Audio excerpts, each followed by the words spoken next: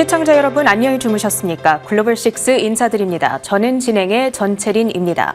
전일 발동된 휴전 랠리를 미국 증시가 이틀 연속 이어갔습니다. 이스라엘 정부가 레바논과 평화 협상을 진행 중이다라는 소식이 전해지면서 특히나 장 막판 1시간 동안 탄력이 붙는 모습이었는데요. 나스닥 지수 0.8% 플러스권 22,820 레벨을 회복하고 있습니다. 중동전 40일간 미국이 쓴 돈은 전비는 줄잡아 65조 원입니다. 1시간에 612억 원 그리고 1초에 1,700만 원 꼴인데요. 이제 미국은 이 전비를 어디에 청구할까 계산기를 두드리고 있는 상황입니다. 그래서 걸프국뿐만 아니라 동맹국 배에도 자리세를 걷겠다 이런 구상을 트럼프 대통령은 그리고 있는 것으로 보여집니다. 이것이 과연 우리나라 입장에서 안 그래도 많은 비용을 떠안아야 하는데 어떤 의미가 될지 이 부분 우리 함께 고민해 볼 필요가 있겠습니다. 일단 빅스 지수는 향후 변동성 확대에 대한 베팅 크게 줄어들면서 오늘도 급락세를 이어갔습니다. 7% 내려오면서 이제는 20선 기준선이죠. 밑돌고 있는 상황이고요. 그리고 공포탐욕지수 역시도 반등 흐름을 이어가면서 이제는 36 레벨까지 회복을 하고 있습니다. 물론 휴전 중이기는 합니다만 이제 11일 양자 간의 협상을 앞두고 여전히 불확실성은 남아 있습니다. 이 시점 현명한 투자 전략은 어떤 것들이 있을지 오늘 집중적으로 다뤄봅니다. 글로벌6 지금 출발합니다.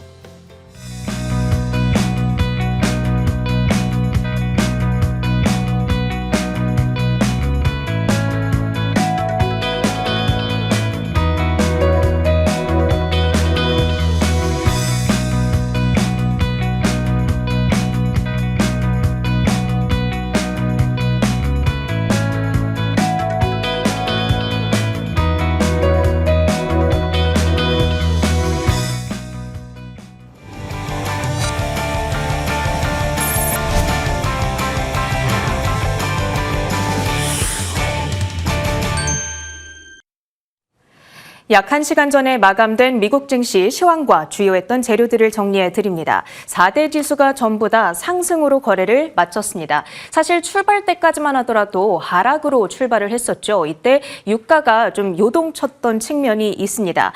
하지만 현재 휴전 협상의 핵심적인 이슈죠. 레바논을 둘러싸고 이스라엘이 평화 협상 가능성을 언급하자 상승 전환에 장중 성공을 했고요.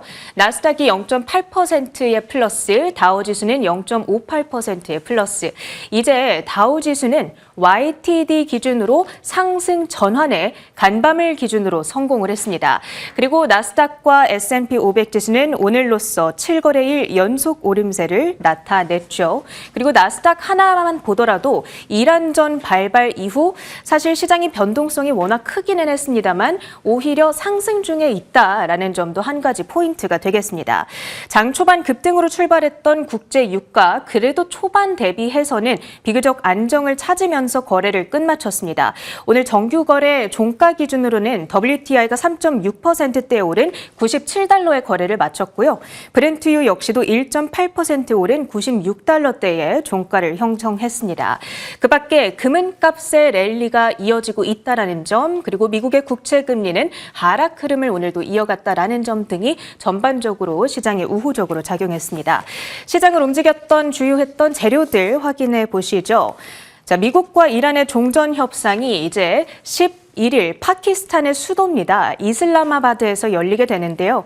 현지 시간으로 오전 10시입니다. 그러니까 우리 시간으로는 우리가 4시간 빠르거든요. 그러니까 오후 2시부터 미국과 이란의 협상이 진행되는 거고 따라서 우리 시간으로 토요일 늦은 오후 혹은 저녁 때쯤부터 이제 헤드라인들이 하나씩 전해지지 않을까 예상을 하고 있습니다. 다만 지금 양국이 종전의 조건을 두고 입장 차이가 크기 때문에 이게 쉽지 않을 거다라는 예상들은 나오고 있는 상황이죠.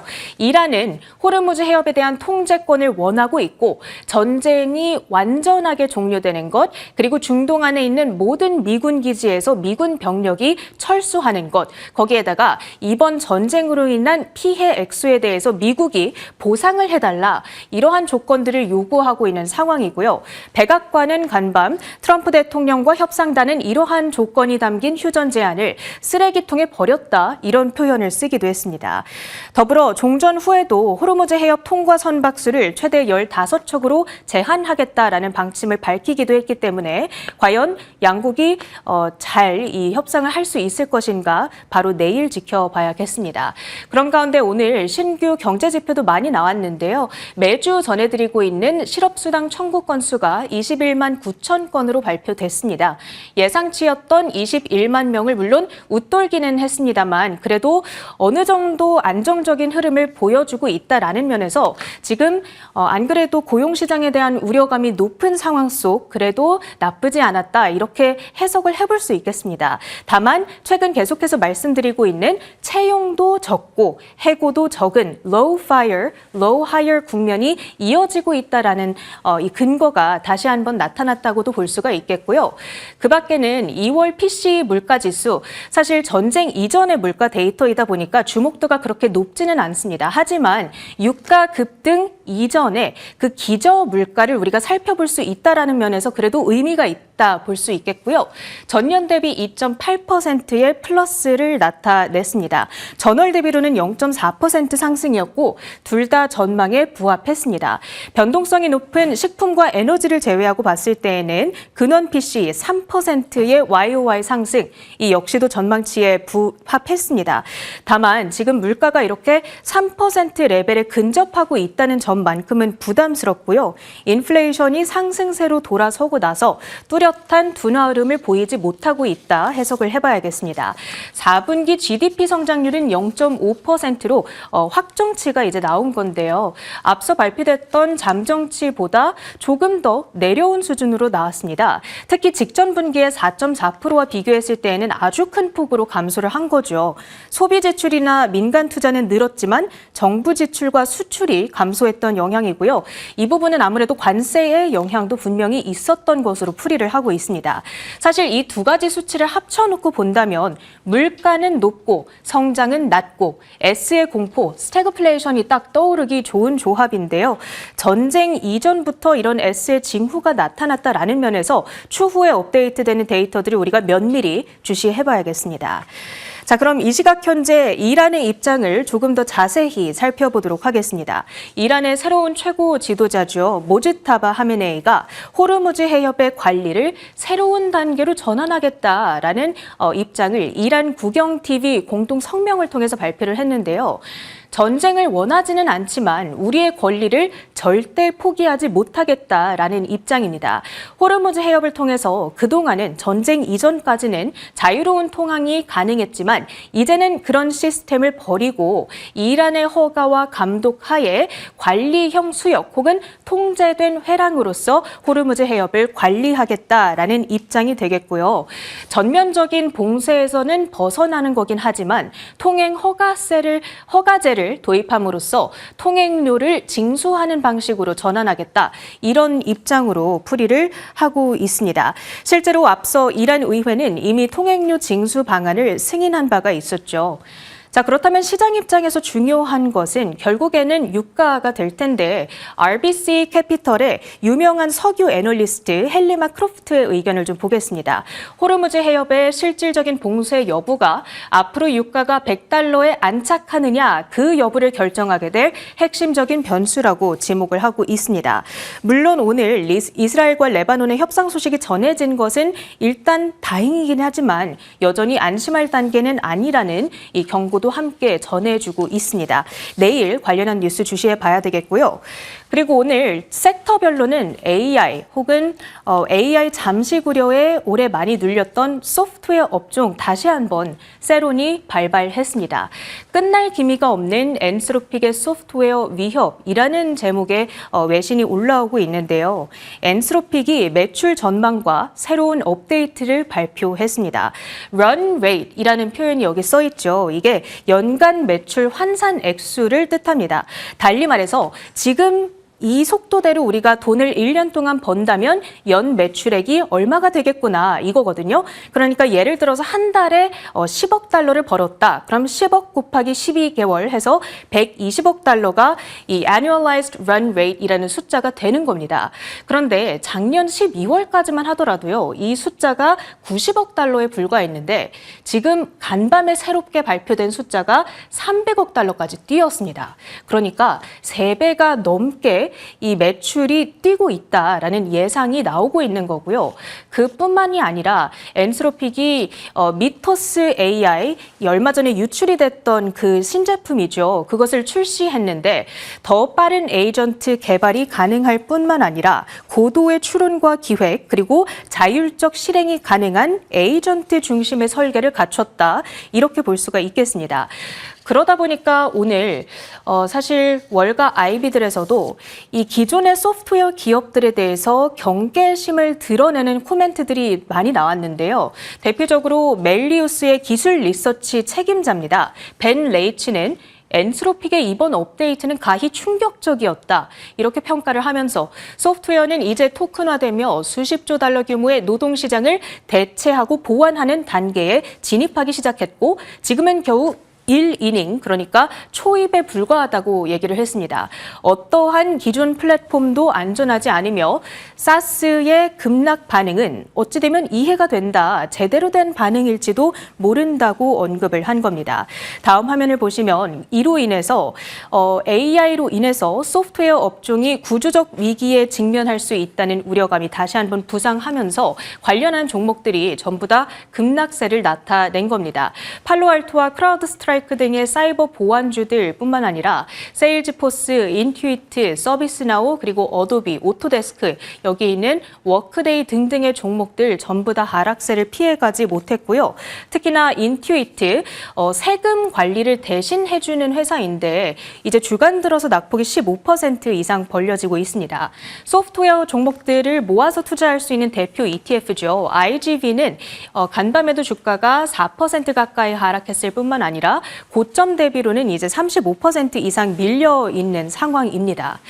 자, 그런데 우리가 방금 살펴봤던 벤 레이치 애널리스트가 했던 말 중에 제 마음에 좀 유독 찜찜하게 걸렸던 부분이 하나 있습니다. 바로 빅테크로까지 이 AI의 영향이 확산될 수 있다라는 경고의 목소리인 건데요. 예를 들어서 마이크로소프트 자체 AI 모델의 경쟁력을 입증할 필요가 있다. 그렇죠. 지금 우리가 마이크로소프트 하면 이렇다 하게 딱 떠오르는 AI가 없습니다. 그리고 화이트 칼라가 구조조정을 당한다면 MS365는 수요에 타격을 입을 수 있다라는 경고의 메시지. 아마존의 경우에는 리테일 사업이 AI 자동화로부터 위협을 받을 가능성이 있다라는 건데요. 아마존은 생각해보면 하나의 쇼핑 플랫폼이죠. 플랫폼이 편하고 좋은 이유는 우리가 인터넷 웹사이트들을 여기저기 헤매고 다닐 필요 없이 그 서치를 단 0.1초 만에 AI가 끝내줘 버리기 때문입니다. 그렇기 때문에 AI가 이제 너무나 쉽게 정보를 찾는 일을 대신해줄 수 있다는 면에서 이 플랫폼의 필요성이 위축될 수 있다. 저는 이렇게 그 의미를 해석했고요. 메타 플랫폼의 경우에는 AI 전략이 엔스로픽 과 직접적으로 경쟁하는 구도에 있다라고 경고를 했습니다. 자, 이 부분을 좀 생각해 볼 문제다 정도의 얘기를 하고 싶었던 거고요. 오늘 사실 주가에까지 이런 우려감이 반영되지는 않았습니다. 업종별 등락 확인해 보시죠. 등락이 다소 엇갈렸던 가운데 임의 소비재와 산업, 경기 방어주, 그리고 유틸리티까지 0.8%에서 1%대의 플러스로 진행, 에너지주가 오늘 유가가 올랐음에도 불구하고 이제 주식들은 이 유가에 민감하게 연동되지는 않고 있는 모습이죠. 0.85% 하락으로 거래를 마치고 있습니다. ETF들의 시세 역시 확인을 해보도록 하겠습니다. 오늘도 반도체주들의 시세는 양호했습니다. 그러면서 1배 추종하는 속스 ETF가 2.2% 상승, 3배 추종하는 싹슬이 6.6%의 플러스로 진행이 됐고요. 그리고 지수를 역시나 추종하고 있는 TQQQ와 SPXL 각각 레버리지가 걸려 있습니다. 2% 안팎의 플러스로 마무리가 됐습니다. 빅스 지수의 급락과 함께 VXX와 VIXY 등의 종목들은 급락 흐름을 나타냈고요. 그리고 최근 들어서 이제 금은값의 랠리가 다시금 시동을 걸고 있는 상황입니다. 전쟁 리스크가 불거지면서 수익이 났던 어디서든 일단 돈을 확보하고 보자, 현금을 확보하고 보자 라면서 차익 실현에 나섰던 투자자들이 이제 다시 들어가고 있는, 그러니까 대기 수요가 반영되고 있는 흐름으로 해석을 하고 있고요. 그러면서 금과 은 관련주들에 투자를 할 수 있는 AGQ 등의 ETF들이 며칠 연속 양호한 시세를 보이고 있다라는 흐름들도 파악을 해보면 좋을 것 같습니다. 국내 증시에 투자하는 EWY ETF의 경우에는 오늘 0.56% 소폭의 하락으로 거래를 마쳤다는 점 체킹을 해드립니다. 이제 종목들의 분위기로 넘어가 보도록 하겠습니다. 반도체주들 전반적으로 괜찮았습니다. 엔비디아는 1%의 플러스였는데 이 아마존이 자체 AI 칩을 제3자에게 판매할 수 있다, 이런 발표를 전했거든요. 이는 엔비디아 입장에서는 경쟁 위협이긴 하죠. 그러다 보니까 이 상승의 폭이 어느 정도 제한이 됐습니다. 브로드컴은 구글과의 장기 계약 이슈를 소화하면서 1%대의 플러스를 보였고요. 그리고 인텔이 요 며칠 계속 강합니다. 간밤에도 4.7%나 급등을 했는데 이 구글과의 파트너십을 확대하고 클라우드 인프라용 맞춤형 IPU를 공동으로 개발한다, 이런 소식이 전해졌습니다. 이제 60달러대를 웃돌게 됐네요. 메모리주들의 분위기도 양호했습니다. 샌디스크, 번스타인이 목표가를 1250달러로 상향 조정을 했고요. 켄터 역시도 메모리 가격의 강세가 예상보다 오래 이어지고 있다는 점을 근거로 들면서 목표가 1000달러로 상향 조정했습니다. 주가 9%의 점프였고요. 마이크론도 덩달아 3.6%의 강세를 연출했습니다.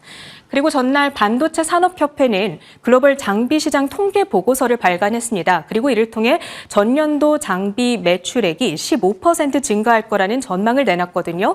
그러자 램 리서치와 어플라이드 머티리얼즈 등의 각종 장비사들의 주가 역시도 강했습니다. 그 밖에 M7 이슈들 확인해 보시죠. 아마존이 오늘 가장 돋보이는 상승률을 나타냈습니다. AWS가 오픈 AI와 1000억 달러 이상 규모의 AI 인프라 계약을 체결했다는 소식을 전했습니다. CEO는 주주 서한을 통해서 앞으로의 매출 성장률에 대한 자신감을 표명하기도 했는데요. 이에 따라서 주가는 5.6% 점프한 233달러대의 거래를 마쳤고요. 그리고 테슬라도 한 가지 소식이 있었습니다. 3만 불짜리 저가형 전기차 SUV를 지금 개발하고 있다. 물론 스페큘레이션, 그러니까 추측 단계이기는 합니다. 하지만 어찌됐든 이런 소식이 유입이 되면서 장중까지만 하더라도 조금 더 탄력적인 시세를 나타냈거든요. 다만 휴전 협상 이슈를 기다리면서 상승폭이 제한되는 모습이었죠. 0.69%의 플러스였습니다. 마지막으로 메타, 코어위브와 AI 인프라 파트너십을 2032년까지 확대한다라는 소식을 소화합니다. 그러면서 주가는 2.6% 상승세, 코어위브 역시도 3.5% 뛰었습니다. 클로징 퀵이었습니다.